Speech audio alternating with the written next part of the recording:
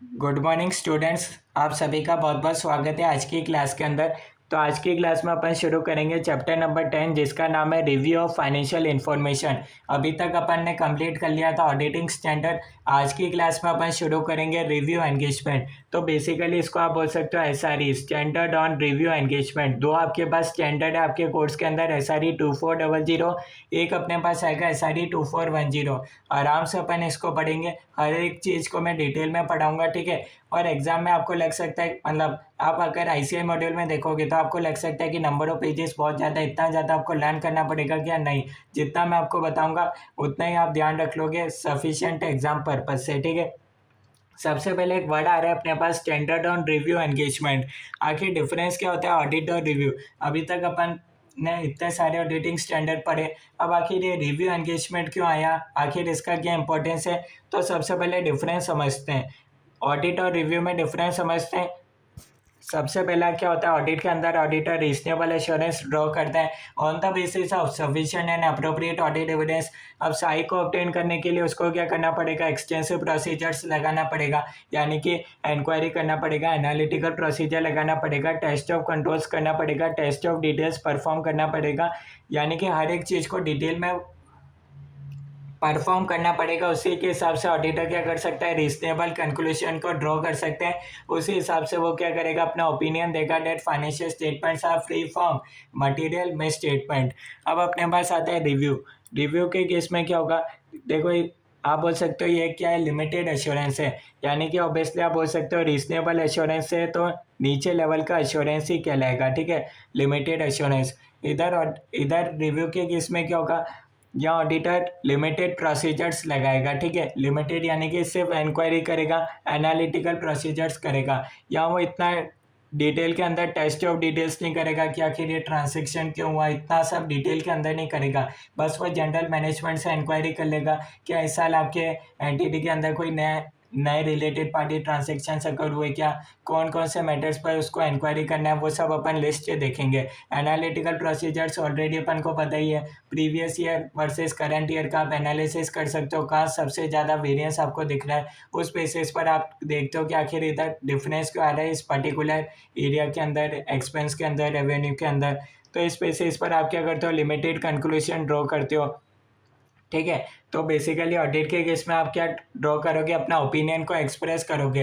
Review के case में आप क्या दोगे, अपना कंक्लूजन पर आओगे, ठीक है। कंक्लूजन पे क्या होगे, provides an assurance conclusion and language of assurance conclusion is negatively worded। यहाँ आप देख सकते हो, यहाँ क्या था, ओपिनियन पर आप आ रहे हो, यहाँ क्या हो गया, आप कंक्लूजन पर आओगे, एक वर्ड आ रहा है इधर नेगेटिवली वर्डेड। आखिर इसका क्या मतलब है, इसमें रिव्यू के केस में ऑडिटर ऐसा बोलेगा, उसको during the course of review ऐसा कुछ नहीं मिला जिसकी वजह से वो बोले that financial statements are not true and fair, यानी कि वो बता रहा है कि उसको रिव्यू के केस में कोई भी मटेरियल मिस स्टेटमेंट नहीं मिला जिसकी वजह से वो बोलता, जिसकी वजह से वो बोले कि financial statements are not true and fair, यानी कि financial statements true and fair है। अगर देखो उसने क्या करा, रिव्यू के केस में ऑडिटर ने क्या करा, लिमिटेड चेकिंग करा, तो अब ऐसा तो वो बोल नहीं सकता that financial statements are free from material misstatement, क्योंकि उसने 100% तो चेकिंग ही नहीं करा, तो ऐसा तो वो बोल नहीं सकता।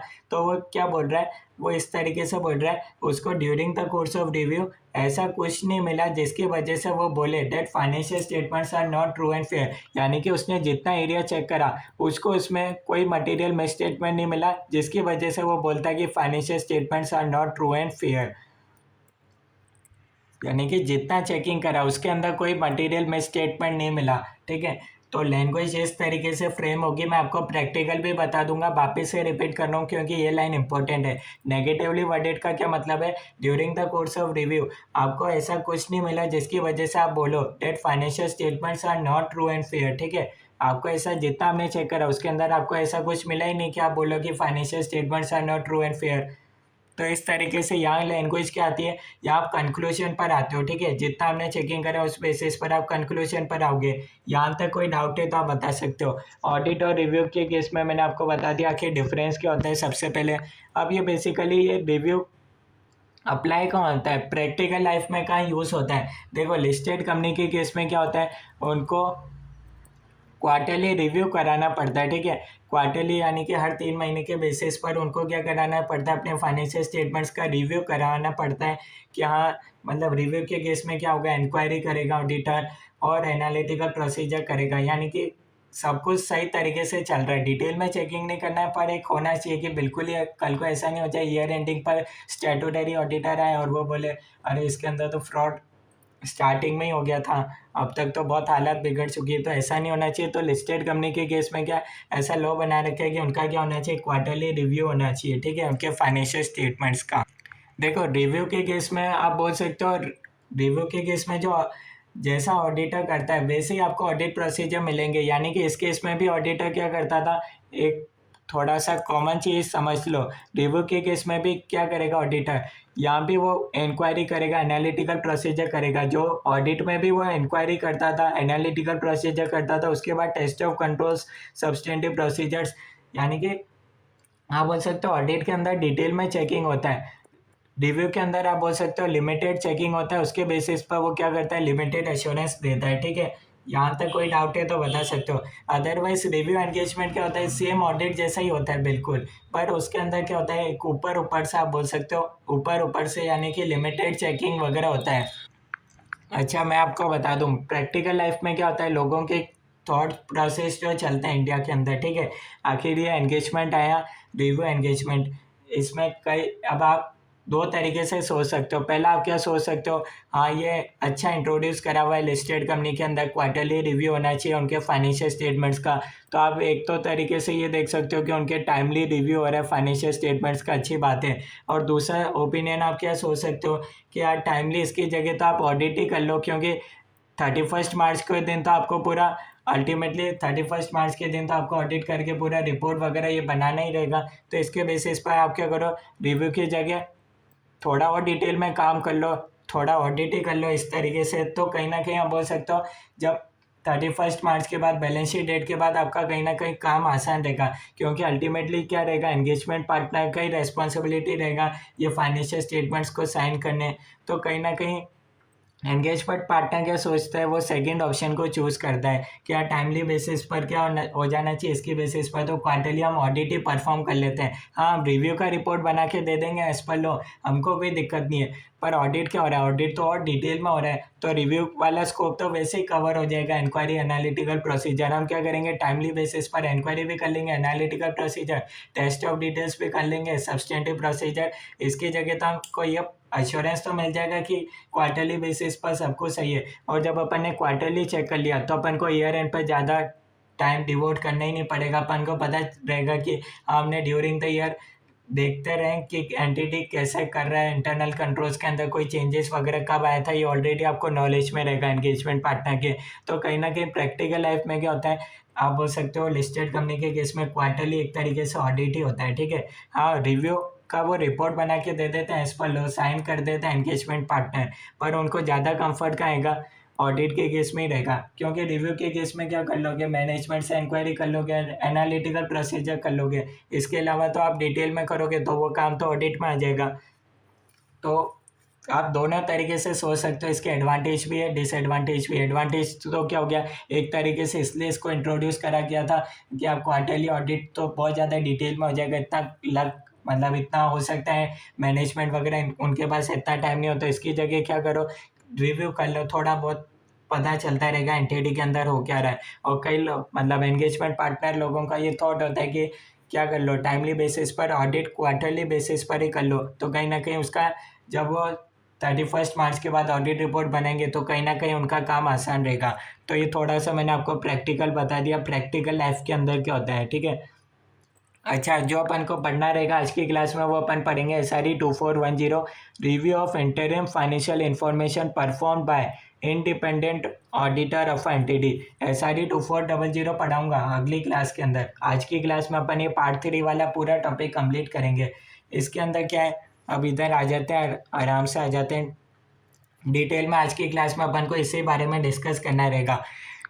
रिव्यू होगा किसका, interim financial information. Interim financial information यानी कि आपके जो फाइनेंशियल स्टेटमेंट्स है वो 3 महीने के भी हो सकते हैं, 6 महीने के हो सकते हैं, 9 महीने के हो सकते हैं। 12 महीने के होंगे तो वो इंटरिम नहीं कहलाएंगे, ठीक है। इंटरिम यानी कि आप बोल सकते हो part of a year, perform by independent auditor of entity. अच्छा, जो एंटिटी का स्टैट्यूटरी ऑडिटर है, क्या वही रिव्यू का काम भी कर सकता है क्या? हाँ, कर सकता है। तभी उस पर SRE 2410 अप्लाई होगा। अगर मान लो एंटिटी का स्टैट्यूटरी ऑडिटर है मिस्टर ए, और रिव्यू का काम सेम कंपनी में किसने करा? मिस्टर बी ने करा, तो ये SRE 2410 अप्लाई नहीं होगा। पहला कंसेप्ट, ठीक है। यानी कि स्टैट्यूटरी ऑडिटर अगर मिस्टर ए है, फॉर एग्जांपल रिलायंस कंपनी मान लो, उसके अंदर स्टैट्यूटरी ऑडिटर मिस्टर ए, तो रिव्यू का काम भी कौन करेगा? मिस्टर ए करेगा, तभी SRE 2410 अप्लाई होगा, ठीक है।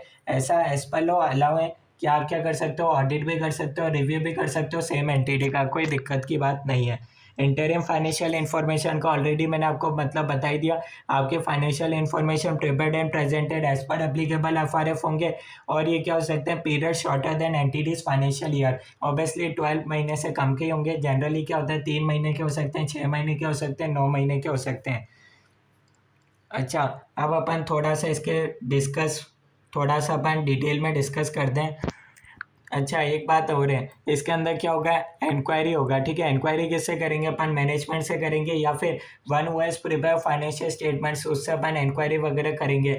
और कहीं ना कहीं इसमें क्या रहेगा? जैसे ऑडिट के केस में ऑडिट रिस्क पढ़ते थे ना, कि ऑडिटर को ऑडिट रिस्क मिनिमम मेंटेन करना है, ऐसे ही इस केस में क्या होगा? ऑडिटर को रिव्यू रिस्क कम से कम मेंटेन करना है। तो यहाँ वर्ड ऑडिटर ही यूज़ होगा, कोई दिक्कत की बात नहीं है, ठीक है। क्योंकि ये रिव्यू का काम कौन कर रहा है? Independent auditor of entity. जो स्टैट्यूटरी ऑडिटर है वही रिव्यू का काम कर रहा है। थोड़ा सा हैंड रिटन नोट्स की तरफ अपन बढ़ते हैं, उसके बाद अपन प्रिंटेड नोट से भी देख लेंगे, और थोड़ा सा मैं आपको गाइडेंस नोट से भी थोड़ा सा अच्छे से एक्सप्लेन कर दूंगा प्रैक्टिकल कैसी बनती है रिपोर्ट वगैरह। तो SRE 2410, जिसका नाम है review of interim financial information perform by independent auditor of entity. नाम तो क्लियर हो गया होगा, और SRE का नंबर भी क्लियर हो गया होगा।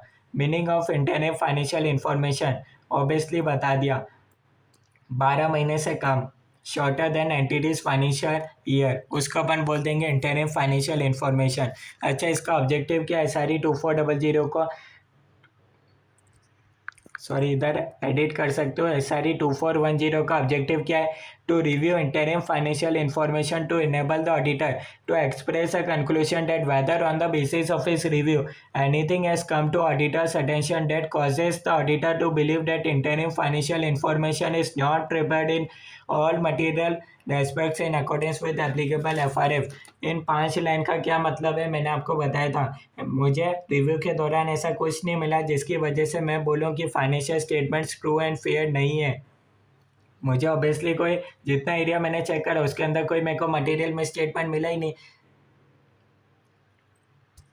मैं स्टेटमेंट्स नहीं मिला, तो अब मैं ये बोल ही नहीं सकता कि financial statements true and fair नहीं है। जितना मैंने चेक करा उसके हिसाब से मेरे को ऐसा कुछ मिला ही नहीं कि जिसकी वजह से मैं बोलूँ financial statements are not presenting true and fair view. तो पहले लाइन यही बोल रखा है। आप क्या कर रहे हो? टू रिव्यू कर रहे हो इंटरिम फाइनेंशियल इन्फॉर्मेशन का। ऑडिटर क्या करेगा? ये अपना ओपिनियन ही देगा, कंक्लूजन पे आएगा that whether on the basis of his review, उसने जो काम करा उसके बेसिस पर क्या उसको ऐसा लगता है क्या? That causes the auditor to believe that interim financial information is not prepared in accordance with applicable FRF। उसको ऐसा कुछ मिला क्या जिसकी वजह से वो कंक्लूड कर पाए कि इंटरिम फाइनेंशियल इन्फॉर्मेशन क्या है? एज पर एप्लीकेबल FRF नहीं है। उसके बाद बी पॉइंट बता रखा है, ऑडिटर क्या करेगा? इसके लिए इंक्वायरीज कर सकता है। किससे करेगा? ऑब्वियसली जिन्होंने फाइनेंशियल रिपोर्टिंग करा होगा, फाइनेंशियल एंड अकाउंटिंग मैटर्स के लिए जो रेस्पॉन्सिबल है, मैनेजमेंट से करेगा। He should also perform analytical and other review procedures to obtain moderate assurance. आप मॉडरेट एश्योरेंस बोल सकते हो, लिमिटेड एश्योरेंस बोल सकते हो, एक ही बात है। Since review is not designed to obtain reasonable assurance, reasonable assurance क्यों नहीं मिलेगा? क्योंकि वो लिमिटेड चेकिंग कर रहा है। लिमिटेड यानी कि इन डेप्थ चेकिंग वो कर नहीं रहा है। ये तो इसके अंदर क्या आएगा? 3 चीज़ें ऑडिटर करेगा, इंक्वायरी करेगा, एनालिटिकल, अदर रिव्यू प्रोसीजर्स लगा सकता है। उसको किसी एरिया के अंदर लग रहा है बहुत ही ज़्यादा रिस्क है, बहुत ही ज़्यादा मटेरियल में स्टेटमेंट होने के चांसेस है, तो उस केस में वो डिटेल में काम कर सकता है सिर्फ उसी एरिया के अंदर। फॉर एग्जाम्पल आपको साफ ही दिख रहा है कि इस एरिया के अंदर मैनेजमेंट ने गलत करा है, गलत तरीके से प्रेजेंटेशन करा है, तो उस एरिया के अंदर तो ऑब्वियसली आपको करना ही पड़ेगा। अदरवाइज ऐसा रिक्वायर्ड नहीं है, आपको डिटेल में काम करने की ज़रूरत नहीं है, ठीक है। सी पॉइंट बता रखा है, रिव्यू में ब्रिंग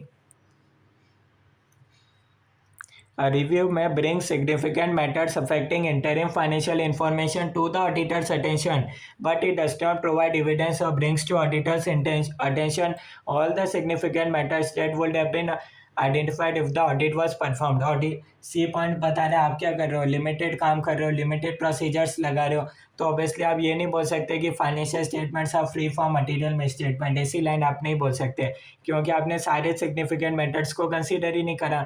जब आपने लिमिटेड प्रोसीजर्स लगाए तो आप ऐसा बोल ही नहीं सकते कि आपको ऐसा एविडेंस मिल गया कि सारे सिग्निफिकेंट मैटर्स आपने आइडेंटिफाई कर लिए। सारे सिग्निफिकेंट मैटर्स कहाँ आइडेंटिफाई होते हैं, ऑडिट के केस में होते हैं। तो यहाँ तक कोई डाउट है तो आप बता सकते हो। उसके बाद अपने पास क्या आएगा, agreeing the terms of review engagement. क्या स्टैट्यूटरी ऑडिटर को ये रिव्यू एंगेजमेंट को एक्सेप्ट करना चाहिए, क्या करना चाहिए, तो उसके लिए वो क्या करेगा, एंगेजमेंट टर्म्स बनाएगा। एंगेजमेंट टर्म्स किसके अंदर होना चाहिए, राइटिंग के अंदर होना चाहिए, ताकि कोई मिसकंसेप्शन नहीं होना चाहिए between the management and the auditor. तो उसके अंदर क्या क्या टर्म्स आएगी ये आपको बता रखा है। टर्म्स बोल सकते हो, कंटेंट बोल सकते हो, वही एज पर ऐसे 210 जो आता है सेम इधर आएगा, ठीक है। जैसे कि आखिर नेचर ऑफ एंगेजमेंट का, objective and scope of a review क्या रहेगा, मैनेजमेंट का रेस्पॉन्सिबिलिटी कितना रहेगा, ऑडिटर का रेस्पॉन्सिबिलिटी कितना रहेगा, वो कौन सा एश्योरेंस दे रहा है, nature and form of report क्या रहने वाला है, ये सब agreeing the terms of engagement में आ जाता है, ठीक है। उसके बाद अपने पास आता है understanding the entity and its environment including related controls, ठीक है। अब आपने क्या कर लिया, इस एंगेजमेंट को एक्सेप्ट कर लिया। सबसे पहले क्या करोगे, एंटिटी को समझोगे कि आखिर वो मैन्युफैक्चरिंग कंपनी है कि सर्विस कंपनी है, आखिर वो कंपनी करती क्या है। सबसे पहले एंटिटी का अंडरस्टैंडिंग होना चाहिए। कंट्रोल्स के बारे में आपको पता होना चाहिए कि हर एक चीज़ के लिए क्या प्रोसेस बना हुआ है, क्या सेल्स के लिए पूरा सेल्स प्रोसेस बना हुआ है, क्या परचेज के लिए परचेज प्रोसेस बना हुआ है क्या।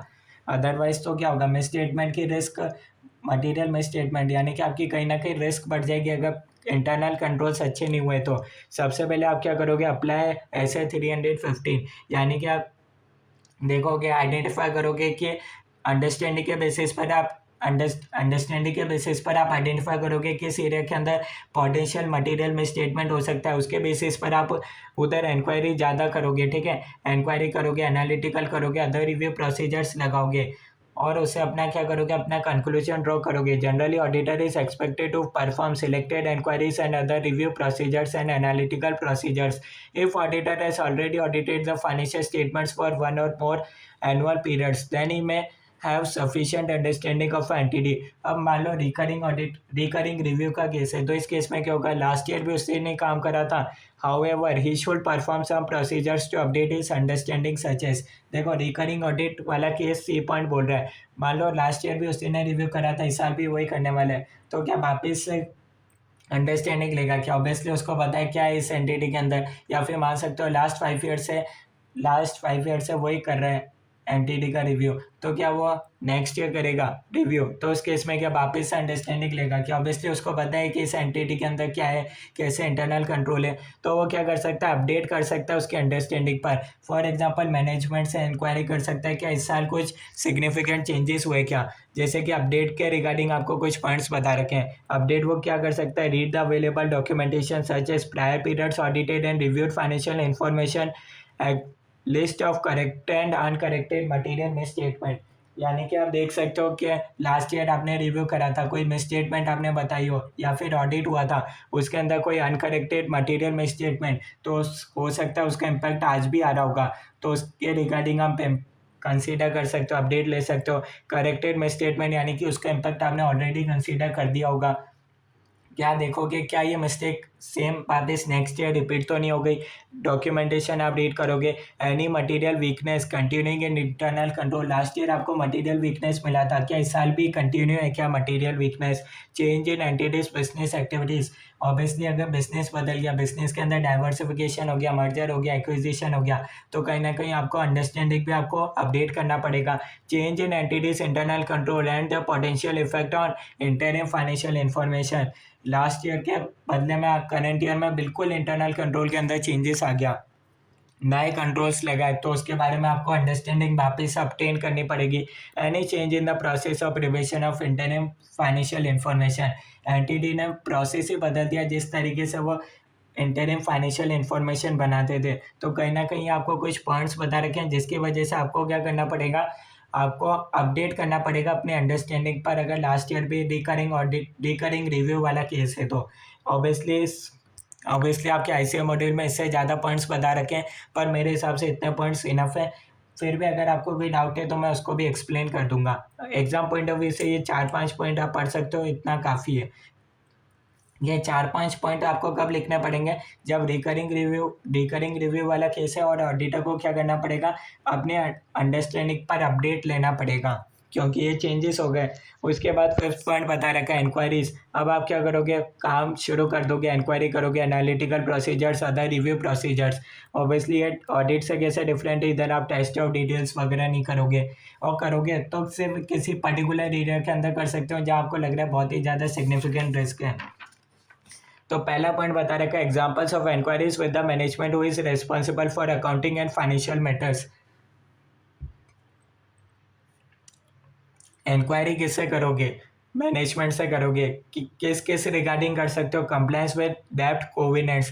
कोविनेंट्स होता है terms and conditions. For example entity ने लोन ले रखा होगा, उसके लिए कोई टर्म्स एंड कंडीशंस होगी, क्या उसके अंदर कोई चेंजेस हुआ, क्या क्या मैनेजमेंट ने उसका कंप्लायंस करा, क्या significant changes in contingent liabilities including claims और लिटिगेशंस। ऑब्वियसली आपने क्या करा होगा, लास्ट क्वार्टर भी आपने ही रिव्यू करा होगा, इस क्वार्टर ऑब्वियसली आप ही रिव्यू कर रहे हो, आपको देखना पड़ेगा क्या क्लेम्स और लिटिगेशंस के अंदर कोई अपडेट आया है क्या, उससे हो सकता है आपका प्रोविज़न ऊपर नीचे हो सकता है। उसके बाद बता रखा है क्या अकाउंटिंग प्रिंसिपल्स के अंदर मैनेजमेंट ने कोई चेंजेस करे, क्या क्या नए ट्रांजेक्शन अकर हुए क्या जिसकी वजह से आपने क्या करा होगा, यूज़ करा होगा नए अकाउंटिंग प्रिंसिपल का, क्या कोई रिलेटेड पार्टी ट्रांजेक्शन है क्या, आप बोल सकते हो अनयूजुअल और कॉम्प्लेक्स सिचुएशन अराइज हुई क्या, या फिर किसी एरिया के अंदर मैनेजमेंट ने सिग्निफिकेंट अजम्पशंस का यूज़ करा है क्या, related party transactions, change in commitments, आप बोल सकते हो कॉन्ट्रेक्चुअल एब्लिगेशंस के अंदर कोई चेंजेस हुए क्या।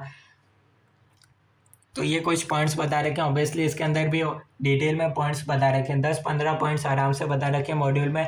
मैंने सोचा आपको एक बेसिक सा अंडरस्टैंडिंग मिल जाना चाहिए कि आखिर इंक्वायरी किस किस रिगार्डिंग होती है, जैसे कि क्या मैनेजमेंट ने कंप्लायंस करे, क्या क्या मैनेजमेंट ने मतलब क्लेम्स और लिटिगेशंस पर कोई अपडेट आए तो मैनेजमेंट ने कोई चेंजेस करे क्या, अकाउंटिंग प्रिंसिपल्स के अंदर कोई चेंज करा क्या, रिलेटेड पार्टी ट्रांजेक्शन हुआ क्या, सिग्निफिकेंट चेंजेस इन कमिटमेंट्स और कॉन्ट्रेक्चुअल ऑब्लिगेशंस हुआ क्या। उसके बाद आप क्या करोगे, analytical and other review procedure लगाओगे। इससे आप क्या कर सकते हो, इसमें आप क्या कर सकते हो, reading the minutes of meetings of shareholder TCWG and other appropriate committees to identify matters that may affect interim financial information.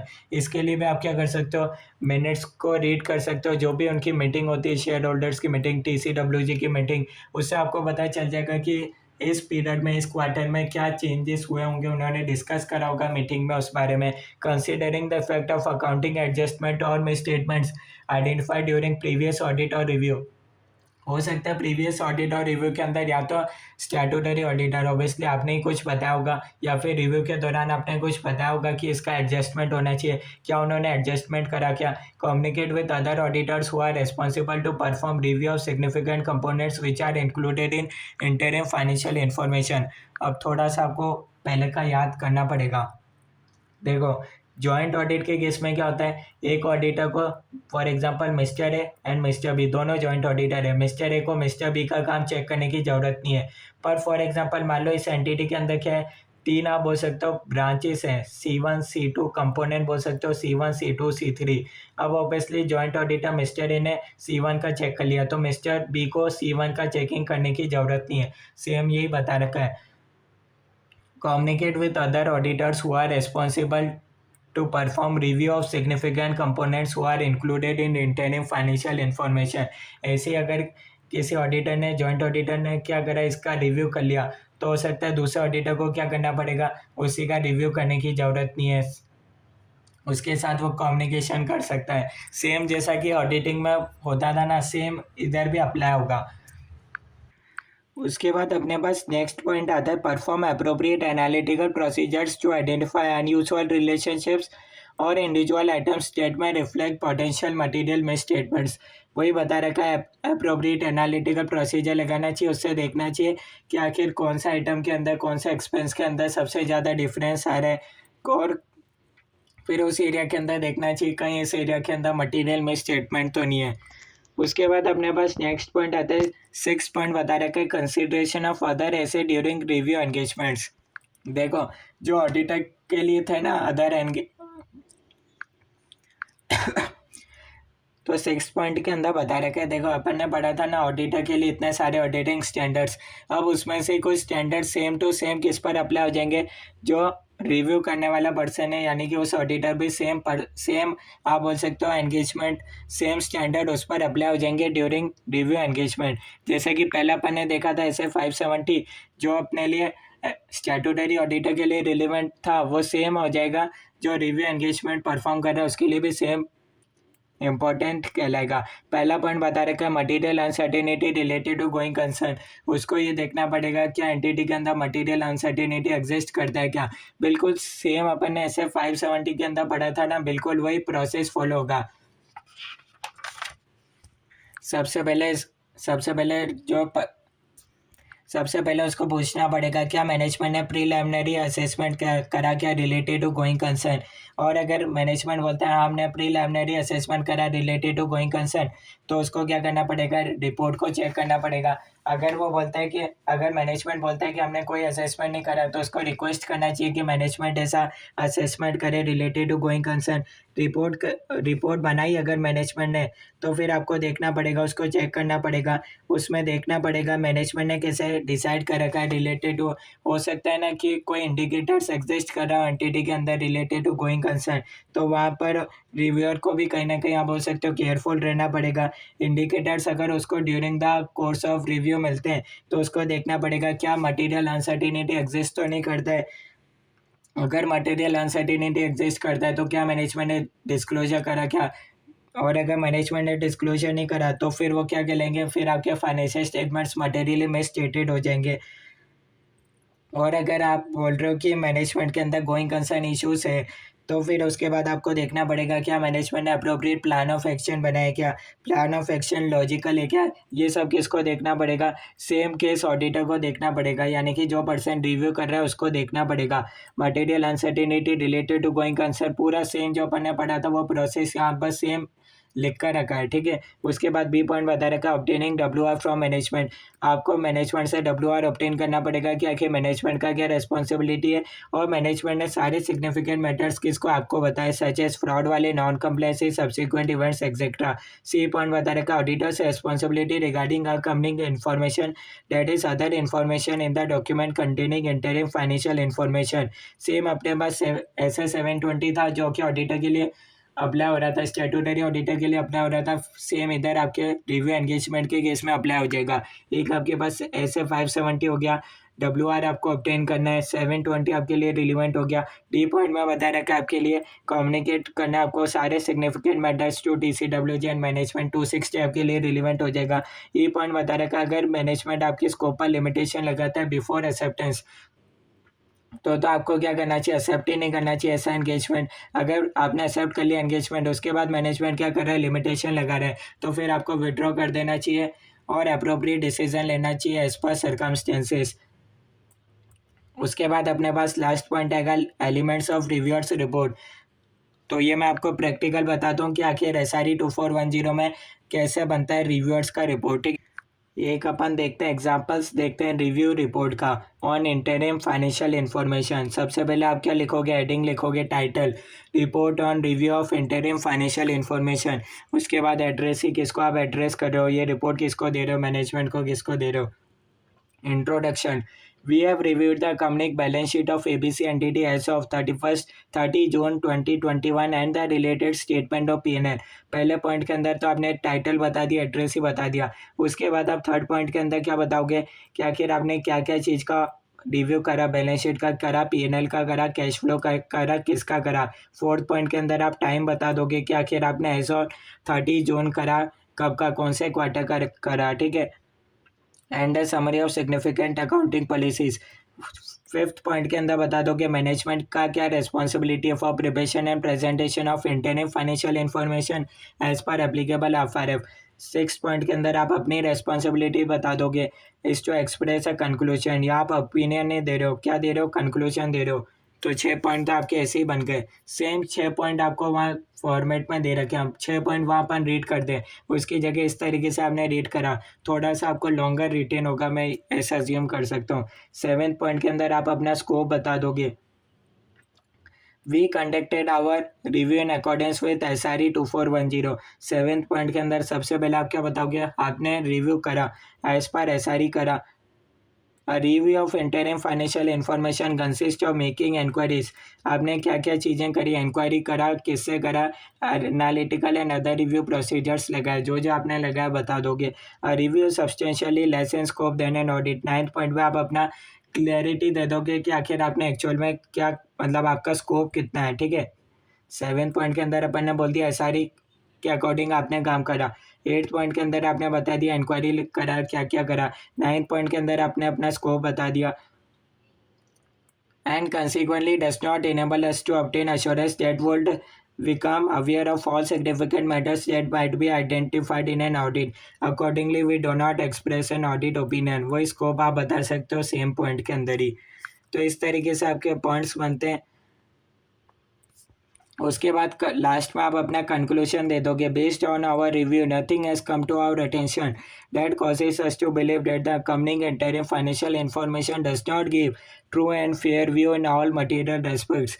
10 point के अंदर आप बता दोगे क्या आपको ऐसा कुछ भी नहीं मिला जिसकी वजह से आप बोलो, यानी कि मेरी सेम लाइन है, during the course of review मुझे ऐसा कुछ नहीं मिला जिसकी वजह से मैं बोलूँ financial statements are not presenting true and fair view. जितना मैंने लिमिटेड प्रोसीजर्स के अकॉर्डिंग चेक करा, उसके अंदर मुझे ऐसा कोई मटेरियल में स्टेटमेंट नहीं मिला जिसकी वजह से मैं ऐसा कंक्लूड करूं कि financial statements are not presenting true and fair view, ठीक है। तो यानी कि आप बोल सकते हो, देखो अपन ये क्लियर नहीं लिख सकते कि financial statements are true and fair view. इसका तो ये मतलब हो जाएगा आपने पूरा ऑडिट जैसा काम करा कि हर एक चीज़ को चेक करा। कल को हो सकता है ना, जितना आपने चेक करा अगर आप डिटेल में चेक करते तो हो सकता है कोई गलती निकल सकती थी। तो आप ऐसा तो नहीं बोल सकते कि financial statements are free from material misstatement, ऐसा तो नहीं बोल सकते। आप ऐसा बोल सकते हो जितना काम आपने चेक करा उसके अंदर आपको कोई ऐसा मटेरियल में स्टेटमेंट नहीं मिला, ठीक है। ऐसा कुछ नहीं मिला जिसकी वजह से मैं बोलूँ कि financial statements are not presenting true and fair view. उसके बाद आपको बता रखा है state of affairs and its cash flows, ठीक है, किस किस के अंदर नहीं मिला, ठीक है, ये हो गया। उसके बाद यही आपका chartered accountant registration number, signature date, place of signature, membership number वगैरह, ये चीज़ तो कॉमन है, इसको आप 2-3 बार रीड कर लेना। डेट आनी चाहिए, मेंबरशिप नंबर आना चाहिए, सिग्नेचर आना चाहिए वगैरह, ठीक है।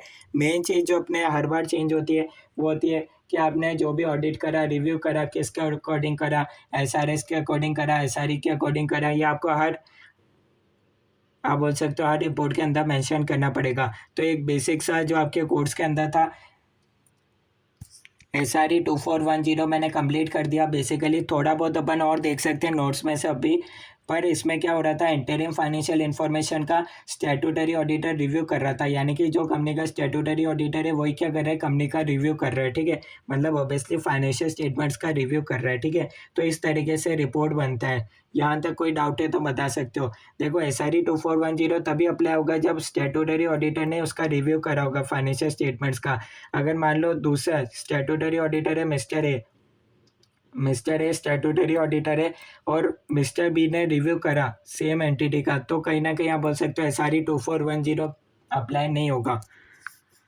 अब अपन एक बार प्रिंटेड नोट्स ICAI से भी देख लेते हैं, कोई अपना टॉपिक छोटा तो नहीं। देखो टॉपिक तो वैसा ही नहीं छोटा है, पर हो सकता है किसी पॉइंट के बारे में ICAI ने डिटेल में क्लेरिफाई कर रखा होगा, तो उसको अपन देख सकते हैं। सबसे पहले आज की क्लास में अपन ने देखा था SRE 2410, उसमें आपको रिव्यू का बेसिक मतलब बता दिया। ये ऑब्वियसली ये डेफिनेशन लर्न करने की ज़रूरत नहीं है, जो मेन चीज़ क्या है ऑब्जेक्टिव आपको ध्यान रखना है, और ये आपको देखना है इंक्वायरीज, मतलब रिकरिंग ऑडिट के केस में ऑडिट रिव्यूअर को क्या क्या अपडेट की ज़रूरत है, understanding of entity and its environment में, उससे रिलेटेड क्वेश्चन आ सकता है। सबसे पहला पॉइंट अपने पास फर्स्ट टॉपिक आया था ऑडिट एंड रिव्यू के बीच में डिफरेंस क्या होता है, इंटरिम फाइनेंशियल इन्फॉर्मेशन का आपको मीनिंग पता होना चाहिए, ऑब्जेक्टिव क्या होता है।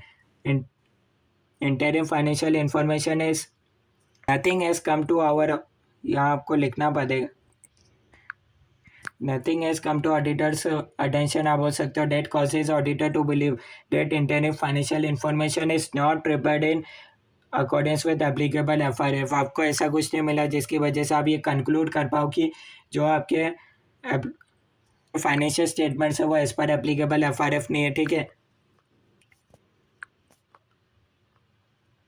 उसके बाद एक क्वेश्चन अब आपके एग्जाम में ये आ सकता है, agreeing the terms of engagement. ये 3 पॉइंट्स से रिलेटेड आपको लिखना पड़ेगा, ठीक है।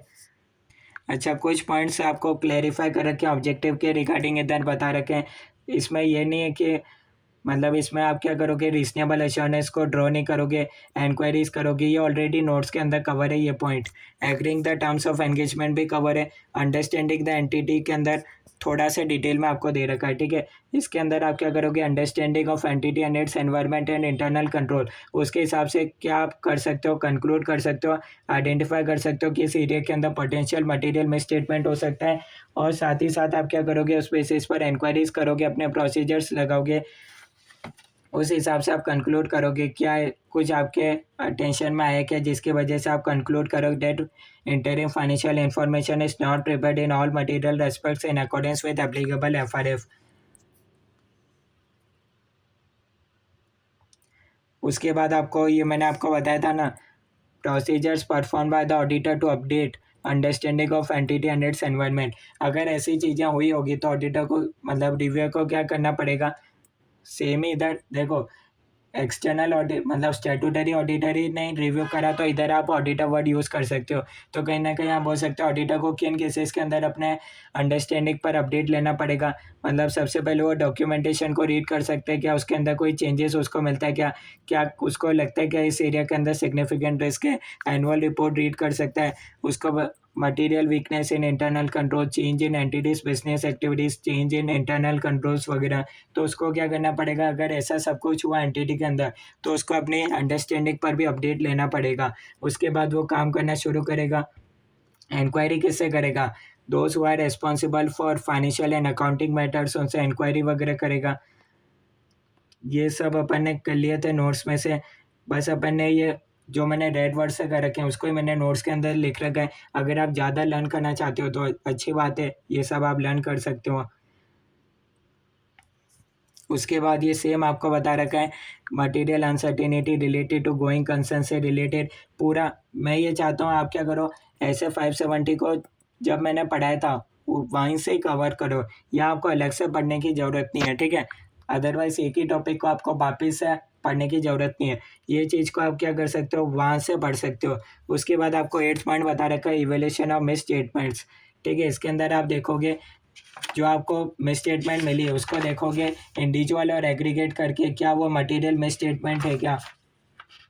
अगर मटेरियल मिस स्टेटमेंट होगी, एक मिस स्टेटमेंट सा मटेरियल, तो आप क्या आप बोलोगे, तो आप मैनेजमेंट को बोलोगे करेक्ट करने के लिए। अगर मैनेजमेंट करेक्ट नहीं करता तो आपको क्या करना पड़ेगा, अपना कंक्लूशन पर देखना पड़ेगा, ठीक है, उसका क्या इफेक्ट आ रहा है। उसके बाद आप क्या कर सकते हो, मैनेजमेंट से WR ऑब्टेन कर सकते हो, क्या कि मैनेजमेंट का क्या रिस्पॉन्सिबिलिटी रहेगा। सारे लॉस और रेगुलेशंस को कंप्लाई करना किसका काम है, मैनेजमेंट का। सारे सिग्निफिकेंट इवेंट्स ऑडिटर मैनेजमेंट ने ऑडिटर को बताइए किसका काम है, मैनेजमेंट का। कोई अनकरेक्टेड मिस स्टेटमेंट्स थी जो कि मैनेजमेंट ने करेक्ट नहीं करी, फॉर एग्जांपल आपने कुछ मिस स्टेटमेंट बताई होगी मैनेजमेंट को, मैनेजमेंट ने बोला अरे ये चीज़ तो मटेरियल है ही नहीं, छोड़ दो इसको, तो ऑडिटर ने उसको छोड़ दिया होगा उस मिस स्टेटमेंट को। तो ये आपको लिखवाना पड़ेगा कि जो मिस स्टेटमेंट ऐसा मैनेजमेंट ने बोला वो क्या है, ए मटीरियल है। अगर मटीरियल होता तो क्या होता, करेक्टिव एक्शन लेना पड़ता, उसको करेक्ट करना पड़ता। उसके बाद ऑडिटर्स रिस्पॉन्सिबिलिटी कम्युनिकेशन बता रखा है, ये सेम चीज़ अपन प्रैक्टिकल कवर कर चुके हैं, ठीक है। रिटर्न रिपोर्ट कैसा बनता है, रिव्यू का रिपोर्ट कैसा बनता है, सेम चीज़ अपन कर चुके हैं। उसके बाद 13 पॉइंट थोड़ा सा अलग है, डिपार्चर फ्रॉम एप्लीकेबल एफआरएफ। अगर ऑडिटर को लगता है कि मैनेजमेंट ने क्या करा है, एप्लीकेबल एफआरएफ के अकॉर्डिंग नहीं बना अपने फाइनेंशियल स्टेटमेंट्स, तो फिर वो क्या कर सकता है, फिर वो देख सकता है इसका मतलब उसके कंक्लूजन पर क्या इफेक्ट आने वाला है, क्वालिफाइड दे सकता है, एडवर्स दे सकता है, ठीक है। अगर मैनेजमेंट ने अपने financial statements as per applicable FRF या फिर आप जनरल फाइनेंशियल रिपोर्टिंग फ्रेमवर्क या फिर स्पेशल फाइनेंशियल रिपोर्टिंग फ्रेमवर्क उस अकॉर्डिंग नहीं बनाए, तो उस केस में ऑडिटर क्या करेगा, क्वालिफाइड या एडवर्स ओपिनियन नहीं देगा, कंक्लूजन देगा। ये आपके एमसीक्यू में आ सकता है, थोड़ा सा कन्फ्यूजन हो जाएगा, आपको देखना पड़ेगा ऑब्वियसली क्या वो आपके लिए मटेरियल है क्या, तो आप उस हिसाब से देखोगे। उसके बाद बता रखा है लिमिटेशन ऑन स्कोप। ऑब्वियसली अगर मैनेजमेंट कंप्लीट नहीं करने दे रहा तो फिर आप क्या करोगे, विड्रॉ कर सकते हो, डिस्क्लेमर दे सकते हो। अगर आपके कोई ऐसे सर्कमस्टेंसेस होते हैं जिसकी वजह से आपको लगता है कि एक दो एरिया के अंदर आप क्या कर रहे हो, मतलब उस एरिया के अंदर चेकिंग नहीं कर पा रहे हो, तो फिर आप किस तरह का लैंग्वेज लिखोगे, फिर आप इस तरीके से लिख सकते हो, everything is true and fair. जैसे कि अपन नहीं लिखते थे ऑडिट के केस में, everything is true and fair except this matter, same इस तरीके से आप इधर भी लिख सकते हो। अगर आपको किसी पर्टिकुलर एरिया के अंदर इंफॉर्मेशन नहीं मिल पा रही, ठीक है, या मैनेजमेंट पहले पॉइंट के अंदर इंफॉर्मेशन देने से मना कर रहा है, ठीक है, बी पॉइंट के अंदर क्या हो रहा है, कोई ऐसे सर्कमस्टेंसेस हो गए जिसकी वजह से आपको इन्फॉर्मेशन नहीं मिल पा रही। फॉर एग्जांपल देखो यहाँ थर्ड पार्टी से इतना ज़्यादा, मतलब थर्ड पार्टी के साथ आपको कम्युनिकेट करने की, रिटर्न कन्फर्मेशन की तो ज़रूरत पड़ेगी नहीं। फिर भी अगर आपको लगता है if preliminary knowledge indicates inability to complete review due to limitation on scope of, अच्छा ये सारा पॉइंट्स क्या है, मैनेजमेंट से रिलेटेड ही बता रखा है। इसके अंदर एक पॉइंट कवर नहीं हुआ जिसको मैं अलग से बता, अदर लिमिटेशंस ऑन स्कोप। इसके अंदर क्या होगा, ये पॉइंट्स थोड़ा सा मतलब आप बोल सकते हो इंपॉर्टेंट नहीं, हार्डली कोई एमसीक्यू आ जाए तो सिर्फ आप समझ लो। इसके अंदर क्या हो रहा है, लिमिटेशन आ रहा है आपके स्कोप पर इसमें क्या हो रहा है, लिमिटेशन ऑन स्कोप में occur due to circumstances other than limitation on scope imposed by management. इस केस के अंदर आपके स्कोप पर कहीं ना कहीं लिमिटेशन तो आ रहा है, पर कहीं ना कहीं उसको मैनेजमेंट इम्प्लीमेंट नहीं कर रहा है। मैनेजमेंट करता है तो अपन ने देख रखा है क्या करना है आपको। In such circumstances, the auditor is ordinarily unable to complete the review and express a conclusion. There may be, however, some rare circumstances where the limitation on the scope of auditor's work is clearly confined to one or more specific matters, that while material are not in the auditor's judgment pervasive to interim financial information, कुछ matters हो सकता है आपके लिए pervasive नहीं है, फिर भी हो सकता है उसके रिगार्डिंग आपके क्या मतलब उस पर आपको कोई डॉक्यूमेंट्स वगैरह नहीं मिल पा रहे, या फिर आप बोल सकते हो मैनेजमेंट ने कोई आपके रेस्ट्रिक्शन नहीं लगाया आपके स्कोप पर। ऐसा बहुत ही रेयर सर्कमस्टेंसेस होता है कि आपको वन या स्पेसिफिक मैटर के रिगार्डिंग क्लैरिटी नहीं मिल पा रही, तो उस केस में आप क्या करोगे, ऑडिटर क्या कर सकता है, मॉडिफाइड ओपिनियन दे सकते हैं। क्या लैंग्वेज देगा, except for this matter which is described in explanatory paragraph to the review report, the review was conducted in accordance with SRE and by qualifying the conclusion. इस तरह का आप लैंग्वेज यूज़ कर सकते हो, ठीक है। आपने बता दिया है कि फॉर एग्जांपल जनरली इन्वेंट्री के रिगार्डिंग होता है, ठीक है, आपका इन्वेंट्री क्या है, मतलब अलग ही एरिया पर पड़ा हुआ है, हिली एरियाज पर है वगैरह, आप बोल सकते हो जहाँ पर क्या है, या फिर माइनिंग वगैरह का केस है, तो उस केस में आप क्या कर सकते हो कि उस रिगार्डिंग आपको क्लैरिटी वगैरह नहीं मिल पा रहा, तो उस केस में क्या करोगे, देखो मैनेजमेंट ने तो कोई आपको मना नहीं करा है, पर फिर भी आपको बोल सकते हो एक या दो स्पेसिफिक मैटर पे आपको क्लैरिटी नहीं आ रहा, तो आप इस तरह का लैंग्वेज यूज़ कर सकते हो और क्वालिफाइड ओपिनियन दे सकते हो कि इस मैटर के रिगार्डिंग क्लैरिटी वगैरह नहीं है, क्वालिफाइड ओपिनियन आप कर। उसके बाद गोइंग कंसर्न होना चाहिए, ऐसे 570 हर एक चीज़ का क्या होना चाहिए, डॉक्यूमेंटेशन होना चाहिए। एक थोड़ा सा मैं आपको स्पेसिफिक पॉइंट पर क्लैरिटी दे देता हूँ, थोड़ा सा ये पॉइंट अगर आया तो आप देख सकते हो इंपॉर्टेंट बन जाएगा। A review of interim financial information ordinarily does not require corroborating the inquiries about litigation of claims. देखो जनरली लिटिगेशन ऑफ क्लेम्स के अंदर क्या होता है, आप इंक्वायरी कर लेते हो तो आपको sufficient and appropriate audit evidence मिलने वाला है नहीं। अगर आपको लगता है ये क्लेम बहुत ज़्यादा है, अगर मैनेजमेंट ये क्लेम को हार गया, मतलब आप बोल सकते हैं इस लिटिगेशन को हार गया, तो मैनेजमेंट पर कहीं ना कहीं इसका सिग्निफिकेंट लायबिलिटी बहुत ज़्यादा बढ़ सकता है। तो उस केस में जो ऑडिटर है वो क्या कर सकता है, it is therefore ordinary not to necessary to send an inquiry letter to entity's lawyer. Generally ये क्या होता है, रिव्यूअर का काम नहीं होता है कि वो क्या करे, एंटिटी लॉयर के साथ इंक्वायरी वगैरह कर रहे हैं, क्योंकि उसका सिर्फ काम क्या है, मैनेजमेंट के साथ इंक्वायरी कर सकता है, एनालिटिकल प्रोसीजर कर सकता है। Direct communication with the entity's lawyer with respect to litigation or claims may however be appropriate। इस सिचुएशन के अंदर आपको बता रखा है कि आप क्या कर रहे हो, डायरेक्ट कम्युनिकेशन कर रहे हो एंटिटी लॉयर के साथ। कब अप्रोप्रिएट होगा? If a matter comes to the auditor's attention that causes the auditor to question whether the interim financial information is not prepared in all material respects in accordance with applicable FRF. पहला तो ये अगर आपके objective को compromise कर रहा है, यानी कि आपको लग रहा है मैनेजमेंट ने इस लिटिगेशन के अंदर कुछ सिग्निफिकेंट बात तो छुपा रखी है, ठीक है। अगर मैनेजमेंट ये लिटिगेशन हार गया तो मैनेजमेंट पर अब हो सकता है एक बहुत बड़ा लायबिलिटी अकर हो सकता है। तो इस केस में अगर आपको लग रहा है उस अकॉर्डिंग क्या हो जाएगा, आपके इंटरिम फाइनेंशियल इन्फॉर्मेशन कहीं ना कहीं आप बोल सकते हो मटेरियली मिसस्टेटेड हो जाएंगे। तो अगर आपको ऐसा लग रहा है तो इस केस में आप क्या कर सकते हो, एंटिटी के लॉयर के साथ कम्युनिकेट कर सकते हो, क्योंकि ये क्या है, आप बोल सकते हो ये एक सीरियस इशू हो गया। देखो, जो रिव्यूअर वाला पर्सन है उसको क्या करना पड़ेगा, इतना ज़्यादा डिटेल के अंदर चेकिंग करने की ज़रूरत नहीं है। पर अगर कोई बहुत ही ज़्यादा सीरियस इशू है तो फिर उसको थोड़ा बहुत तो डिटेल के अंदर जाना ही पड़ेगा, ठीक है। उसके पास कोई ऑप्शन नहीं है, क्योंकि वो उसके ऑब्जेक्टिव को कॉम्प्रोमाइज़ कर देगा। अदरवाइज क्या हो जाएगा, इंटरिम फाइनेंशियल इन्फॉर्मेशन क्या हो जाएगा, मटेरियली मिसस्टेटेड हो जाएंगे। तो कहीं ना कहीं उसका ऑब्जेक्टिव कॉम्प्रोमाइज़ नहीं होना चाहिए। तो अगर कोई ऐसा सीरियस इशू है तो कहीं ना कहीं उसको थोड़ा सा डिटेल में जाना ही पड़ेगा। And the auditor believes the entity's lawyer may have pertinent information। Entity के लॉयर के पास एक सिग्निफिकेंट इन्फॉर्मेशन है। अगर एंटिटी का लॉयर रिव्यूअर को ये बात बता दे तो कहीं ना कहीं उसका मतलब बोल सकते हो उसको एक अच्छा सा वो कंक्लूजन पर पहुंच सकता है, ठीक है। यानी कि उसको sufficient and appropriate audit evidence में हेल्प मिलेगी, कहीं ना कहीं आप बोल सकते हो। अदरवाइज क्या होता है, कोरॉबरेटिंग मतलब इंक्वायरी कर लिया मैनेजमेंट ने, बोल दिया कि हाँ ये चीज़ें। अब ऑडिटर क्या करता है, मैनेजमेंट की बातों पर इजीली रिलाई तो नहीं करता है, ठीक है। जो स्टैट्यूटरी ऑडिटर है वो तो क्या करता है, लॉयर के साथ कम्युनिकेट भी करेगा, मतलब अदर प्रोसीजर्स लगा के देखेगा जो मैनेजमेंट बोल रहा है वो सही बोल रहा है या नहीं बोल रहा है। पर रिव्यू के केस में तो ऐसा ही नहीं, जैसा मैनेजमेंट ने बोला सिर्फ आपने ये इंक्वायरी कर ली। पर अब अगर आप बोल सकते हो रिव्यूअर को ऐसा लग रहा है कि यार नहीं जो मैनेजमेंट बोल रहा है बिल्कुल ही गलत बोल रहा है, ऐसा दिखता ही नहीं है, आप बोल सकते हो सिग्निफिकेंट, आप बोल सकते हो कहीं ना कहीं मिसस्टेटेड लग रहा है। तो कहीं ना कहीं फिर आप क्या कर सकते हो, एंटिटी के लॉयर के साथ कम्युनिकेट कर सकते हो। ये पॉइंट अच्छा है, मेरे को लगता है एमसीक्यू आ जाएगा, आप इसको लिख सकते हो अपने खुद की लैंग्वेज में, आप इसका कंक्लूजन लिख सकते हो, ठीक है। तो कल को इससे रिलेटेड कोई भी ऐसा क्वेश्चन आ जाए, इसके इसके अंदर आपको एग्जांपल बता रखा है लिटिगेशन और क्लेम्स का, इससे रिलेटेड कोई भी आप हो सकते हो एग्जांपल आ जाए आपके एमसीक्यू के अंदर, ठीक है। जिसके अंदर क्या बोले, रिव्यूअर के लिए ऑडिटर के लिए क्या है, इस मैटर में सीरियस इशू होने वाला है, ठीक है। यानी कि आप बोल सकते हो वो उसके ऑब्जेक्टिव को कॉम्प्रोमाइज़ करेगा, तो उस केस के अंदर आप बोल सकते हो उसको कहीं ना कहीं थोड़ा डिटेल में चेकिंग करना अलाउ है, ठीक है। Direct communication with the entities lawyer में हाउएवर भी अप्रोप्रिएट यहाँ बता रखा है अलाउ है फिर केस। तो ये आप देख लेना, अगर किसी भी केस के अंदर उसके ऑब्जेक्टिव कॉम्प्रोमाइज हो रहा है तो उसको आप देख लेना, फिर उस केस के अंदर वो अलाउ है, ठीक है। यहाँ सेम लाइन अलाउ कर रखी है ताकि आप आइडेंटिफाई करो, अगर आपका ऑब्जेक्टिव कॉम्प्रोमाइज हो रहा है फिर आपको अलाउ कर रखा है, फिर थोड़ा आप डिटेल में जाके चेकिंग कर सकते हो रिव्यूअर को, ऑडिटर को, ठीक है।